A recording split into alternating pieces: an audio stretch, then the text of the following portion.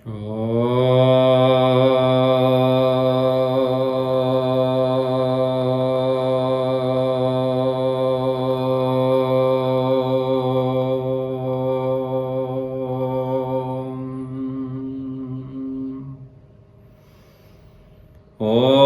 നമോ ഭഗവതേ വാസുദേവായ. ഓം ഗംഗണപതയേ നമഃ. ഓം ശ്രീ സരസ്വത്യൈ നമഃ. ഓം ശ്രീ ഗുരുഭ്യോ നമഃ.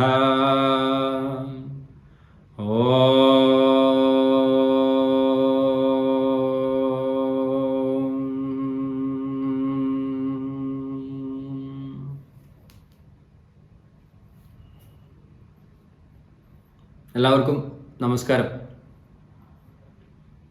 ഇന്ന് ശ്രീമദ് നാരായണീയം 3-ാം ദശകത്തിലെ 6-ാമത്തെ ശ്ലോകമാണ് നമ്മൾ പഠിക്കുന്നത്. ആദ്യമേ പറഞ്ഞു, ഗുരുവായൂരപ്പനോടുള്ള ഭക്തി പ്രാർത്ഥനയാണ് 3-ാം ദശകത്തിലാകെ ഉള്ളത് എന്ന് നമ്മൾ കണ്ടു. ഭഗവാനോട് പ്രാർത്ഥിക്കുകയാണ് ഭട്ടതിരിപ്പാട്. ഭഗവാനെ, അങ്ങയോടുള്ള ഭക്തിയല്ലാതെ മറ്റെന്താണ് ഏറ്റവും ആവശ്യപ്പെടേണ്ടതായിട്ടുള്ളത്? എനിക്കത് മാത്രം മതി എന്ന് ഭട്ടതിരിപ്പാട് ശ്രീ ഗുരുവായൂരപ്പനോട് പറയുകയാണ്. അവിടെ ഗുരുവായൂരപ്പൻ്റെ നടയിലിരുന്നിട്ടാണ് നാരായണീയം എഴുതുന്നത് എന്ന് ഓർക്കണം. ഒരു വാദരോഗം മാറ്റുവാനുള്ള ഒരു പ്രാർത്ഥനയായിട്ട് മാത്രം നമുക്ക് നാരായണീയത്തെ കാണാൻ വേണ്ടി സാധിക്കുകയില്ല എന്നും നമ്മൾ ചർച്ച ചെയ്തു. കാരണം നാരായണീയത്തിലൂടെ സകല പ്രശ്നങ്ങളുടെയും പരിഹാരം തേടിയുള്ള പ്രാർത്ഥനയാണ് ഭട്ടതിരിപ്പാട് ചെയ്തിട്ടുള്ളത്. എങ്ങനെയാണ് ആ പരിപൂർണമായിട്ടുള്ള മുക്തി ഉണ്ടാവുന്നത് എന്ന് പല പല ശ്ലോകങ്ങളിലൂടെ ഭട്ടതിരിപ്പാട് നമുക്ക് പറഞ്ഞു തന്നിട്ടുമുണ്ട്. ഈ ശ്ലോകത്തിലും ഭട്ടതിരിപ്പാട് നമുക്ക് അങ്ങനെ ആ ഭക്തിയുടെ മാഹാത്മ്യവും ആ ഭക്തിയിലൂടെ നമുക്ക് എങ്ങനെയാണ് മുക്തി ഉണ്ടാവുന്നത്, മോക്ഷമുണ്ടാവുന്നത് എന്നുള്ള പാഠമാണ് പറഞ്ഞു തരുന്നത്. അത് ഭഗവാനോടുള്ള പ്രാർത്ഥനയായിട്ടാണ് എഴുതി വച്ചിരിക്കുന്നത്. നമുക്ക് സ്തുതിയായിട്ട് ചൊല്ലുവാനും വേണ്ടി സാധിക്കും. അതുമാത്രമല്ല, എന്തുകൊണ്ടാണ് ഭക്തിക്ക് ഇത്ര പ്രാധാന്യം, ഗുരുവായൂരപ്പനോടുള്ള ഭക്തിക്ക് എന്തുകൊണ്ടാണ് ഇത്ര പ്രാധാന്യമുള്ളത് എന്നും ഈ ശ്ലോകത്തിൽ 6-ാമത്തെ ശ്ലോകത്തിൽ ഭട്ടതിരിപ്പാട് നമുക്ക് കാണിച്ചു തരുന്നു. നമുക്ക് ആ ശ്ലോകം ഒന്ന് കേട്ടു നോക്കാം. ഭവദ്ഭക്തിസ്താവത് പ്രമുഖമധുരാ ത്വദ്ഗുണരസാത് കിമപ്യാരൂഢാ ചേദഖില പരിതാപ പ്രശമനീ പുനശ്ചാന്തേ സ്വാന്തേ വിമല പരിബോധോദയമിളൻ മഹാനന്ദാദ്വൈതം ദിശതി കിമതഃ പ്രാർത്ഥ്യമപരം. ഭവദ്ഭക്തിസ്താവത്, ഭവദ്ഭക്തിഃ താവത് പ്രമുഖമധുരാ ത്വദ്ഗുണരസാത് കിമപി ആരൂഢാ ചേത് അഖില പരിതാപ പ്രശമനീ പുനഃ ച അന്തേ സ്വാന്തേ വിമല പരിബോധ ഉദയമിളൻ മഹാനന്ദാദ്വൈതം ദിശതി കിം അന്തഃ കിം അതഃ പ്രാർത്ഥ്യം അപരം. തവത് ഭക്തി, നിന്തിരുവടിയോടുള്ള ഭക്തി, താവത് ആ ഭക്തിയാവട്ടെ, ത്വദ്ഗുണരസാത് അങ്ങയുടെ ഗുണരസങ്ങളാൽ, ഒരുപാട് ഗുണഗണങ്ങൾ അങ്ങയ്ക്കുണ്ട്. നിന്തിരുവടിയുടെ ഒരുപാട് ഗുണങ്ങളാൽ, അങ്ങനെയുള്ള രസം നിമിത്തം, ഗുണരസങ്ങൾ കാരണം, പ്രമുഖ മധുരാ, പ്രമുഖം എന്ന് പറയുന്നത് തുടക്കത്തിൽ തന്നെ, ആദ്യത്തിൽ തന്നെ, അല്ലെങ്കിൽ പ്രമുഖമായിട്ട് മധുരതരമായിട്ട് ഭവിക്കുന്നു. പ്രമുഖ മധുര, തുടക്കത്തിൽ തന്നെ അത് മധുരമുള്ളതാണ്. കിമപി ആരൂഢാ ചേത്, കുറച്ചൊന്ന് അത് ഉറച്ചു കഴിഞ്ഞാൽ, അങ്ങയോടുള്ള ഭക്തി കുറച്ചങ്ങ് ഉറച്ചു കഴിഞ്ഞാൽ, അഖില പരിതാപ പ്രശമനീ, എല്ലാ തരത്തിലുള്ള പരിതാപങ്ങളെയും ദുഃഖങ്ങളെയും ശമിപ്പിക്കുന്നതാണ്. അഖില പരിതാപ പ്രശമനീ. പുനഃ അന്തേച്ച, പിന്നെ അവസാനത്തില് സ്വാന്തേ, സ്വന്തം അന്തഃകരണത്തിൽ, സ്വാന്തേ നമ്മുടെ ഉള്ളില് വിമല പരിബോധ ഉദയമിളൻ മഹാ ആനന്ദ അദ്വൈതം, വിമലമായിട്ടുള്ള പരിബോധം, അതായത് പരമമായിട്ടുള്ള ജ്ഞാനം, ബ്രഹ്മജ്ഞാനം ഉദയമിളൻ, ഉദിക്കുന്നതിന്റെ കൂടെ, ആ ഉദിക്കുമ്പോൾ എന്താ ഉണ്ടാവുന്നത്? അദ്വൈത അവബോധം. എങ്ങനെയുള്ള അദ്വൈത അവബോധമാണ്? പരമാനന്ദപൂർണമായിട്ടുള്ള ആനന്ദ അദ്വൈത ഭാവത്തെയും കൂടെ പ്രാപിക്കുന്നു. ദിശതി, ദിശതി എന്നാണ് പറഞ്ഞിരിക്കുന്നത്. വിമല പരിബോധ ഉദയമിളൻ മഹാ ആനന്ദ അദ്വൈതം ദിശതി, അത് കാണിച്ചു തരുന്നു, അത് പ്രാപിക്കുന്നു. അപ്പൊ ആദ്യം എന്താണുള്ളത്? ആദ്യം ഭഗവാനോടുള്ള ഭക്തി എന്ന് പറയുന്നത് മധുരതരമാണ്. എന്തുകൊണ്ടാണ്? ഭഗവാന്റെ ഗുണങ്ങൾ കൊണ്ട്, അതിൽ ലയിക്കുന്നത് കൊണ്ട് മധുരതരമാണ്. കഴിഞ്ഞ കുറെ ശ്ലോകങ്ങളിൽ നമ്മൾ കണ്ടു എന്താണ്? മധുരമിതം ത്വദ്വപുശ്ചിദ്രശാദ്രം, ചിത്തിന് ആനന്ദതരമായിട്ടുള്ള മധുരതരമാണ് അങ്ങയുടെ രൂപം എന്ന് കണ്ടു. ത്വയുച്ചൈരാരവന്തി പ്രതിപദ മധുരൈ എന്ന് കണ്ടു. പിന്നെന്താണ്?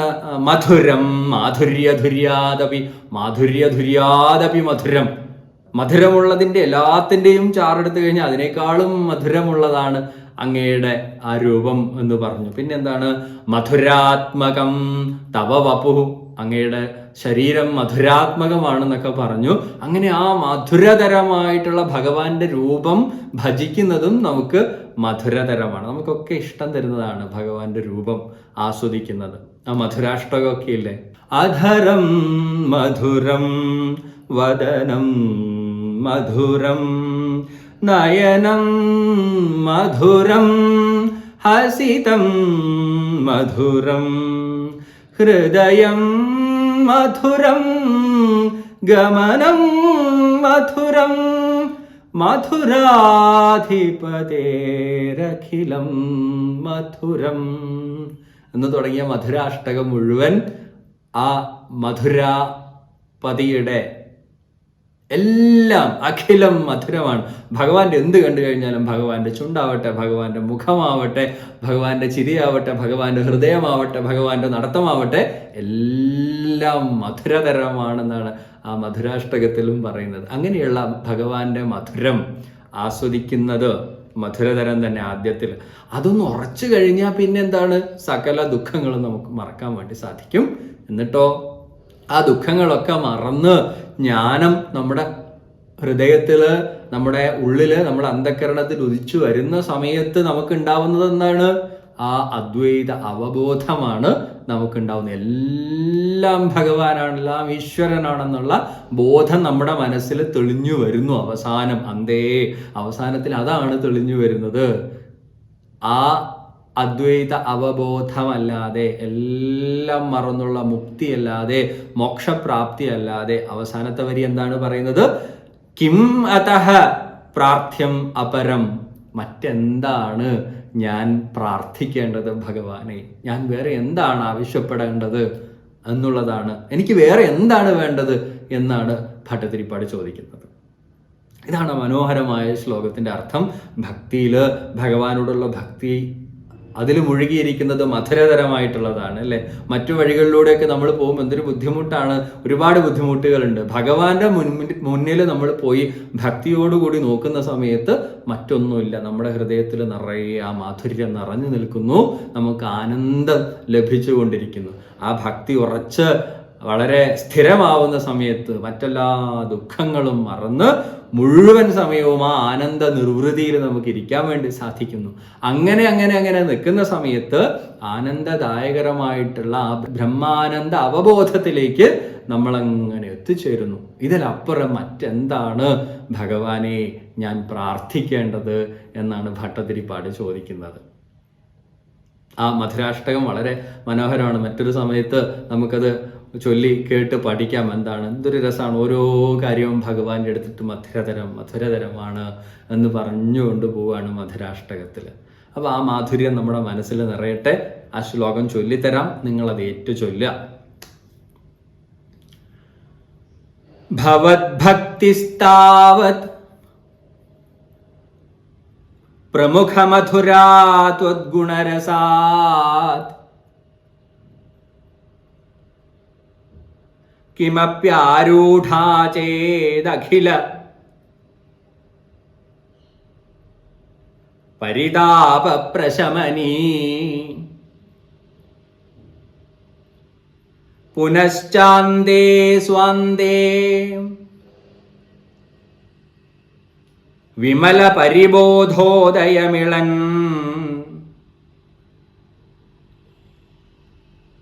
മഹാനന്ദാദ്വൈതം ദിശതി കിമതഃ പ്രാർത്ഥ്യമപരം.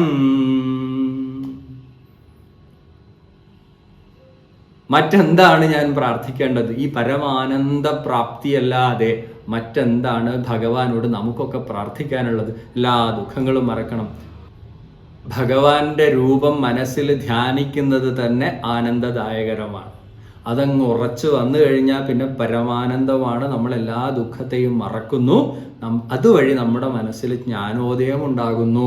അത് അദ്വൈത അവബോധത്തെ എല്ലാം ഈശ്വരനാണെന്നുള്ള ബോധം നമ്മളിൽ ഉണ്ടാക്കുന്നു. പിന്നെ നമുക്കൊന്നിനോടും വെറുപ്പില്ല, പിന്നെ നമുക്കൊന്നിനോടും അമിതമായ ആസക്തിയില്ല, ഒന്നും നമ്മളെ ദുഃഖിപ്പിക്കില്ല, ആരോടും വിദ്വേഷമില്ല.